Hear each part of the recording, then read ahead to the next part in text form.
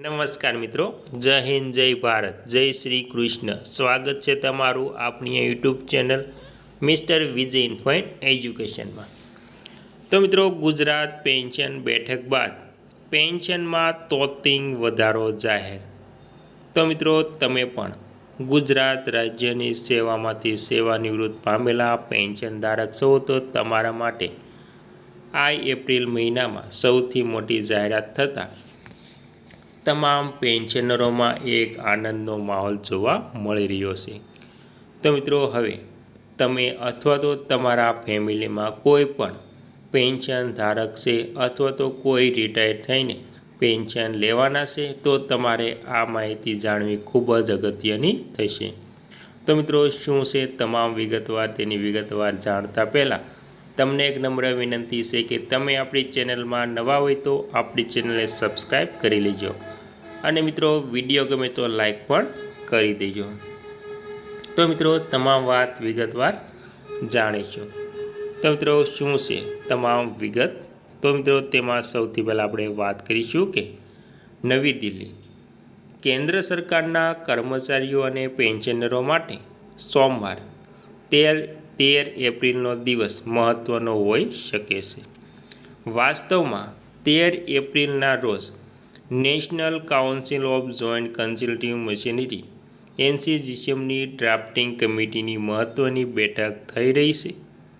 આ બેઠકમાં 8મા પગાર પંચ માટે શેર મોમેન્ટમને અંતિમ રૂપ આપવામાં આવશે અને મિત્રો, આ બેઠકમાં ફિટમેન્ટ ફેક્ટર, ભથ્થા, સેલેરી, પેન્શનને લઈને ચર્ચા પણ થઈ શકે છે। તો મિત્રો, આવી રીતે 13 એપ્રિલે સૌથી મોટી બેઠકમાં પેન્શનરો અને સરકારી કર્મચારીઓને સૌથી મોટી ભેટ મળવા જઈ રહી છે। ત્યારબાદ મિત્રો, વાત કરીશું કે આપણે તેમાં કર્મચારીઓ સાથે સંબંધિત આ મુદ્દાઓ પર થશે ચર્ચા। તેમાં આ બેઠક એટલા માટે મહત્ત્વની માનવામાં આવી રહી છે કે કારણ કે તેનાથી કર્મચારીઓની સેલરી, પેન્શનધારકોના પેન્શન અને સર્વિસ કન્ડિશન સંબંધિત બધા મુદ્દાઓને એક સાથે જોડીને આયોગ સામે મૂકવામાં આવશે।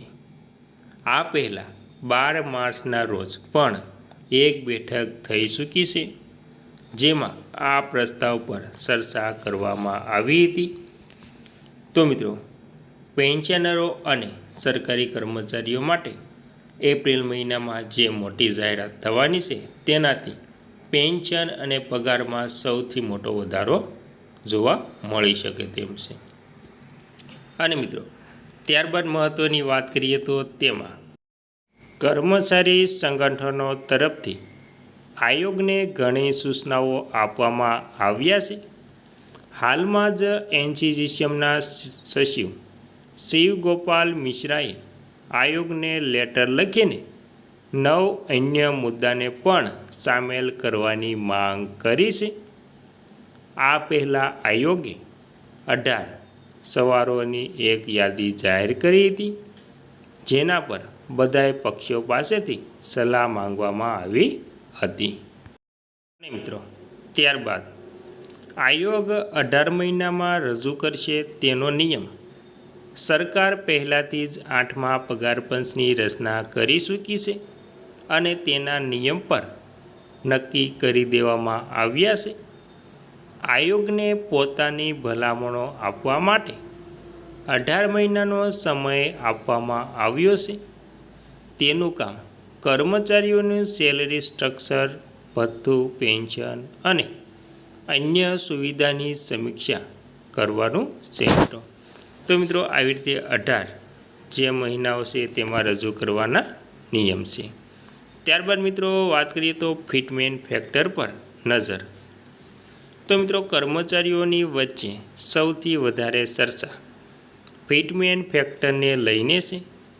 આ તે જ મલ્ટીપ્લાય છે જેનાથી કર્મચારીઓનો પગાર નક્કી થાય છે। કર્મચારી સંગઠને તેને 3.25 કે તેનાથી વધારે કરવાની માંગ કરી રહ્યા છે, જેથી મોંઘવારીના હિસાબથી સેલેરીમાં સારો વધારો થઈ શકે મિત્રો. અને મિત્રો હવે મહત્ત્વની છેલ્લે વાત કરીએ તો ડીએ અને તેમાં મર્જની માંગ. હાલમાં કર્મચારીઓને 58% મોંઘવારી ભથ્થું મળ્યું છે, જે વધારીને 60% કરવામાં આવે તેવી અપેક્ષા છે. વધુમાં કર્મચારી સંગઠનો માંગ કરી રહ્યા છે કે ડીએને મૂળ પગારમાં ઉમેરવામાં આવે. જો આવું થાય તો એચઆરએ, ટીએ, પેન્શન અને ગ્રેજ્યુટી જેવા અન્ય લાભો સાથે મૂળ પગારમાં પણ વધારો થશે. 13મી એપ્રિલે બેઠક પછી તૈયાર કરેલા મોમેન્ટમ પગાર પંચ માટે આધાર તરીકે કામ કરશે. આનાથી લાખો કર્મચારીઓ અને પેન્શનરોના પગાર અને લાભો પર સૌથી મોટી અસર પડશે મિત્રો.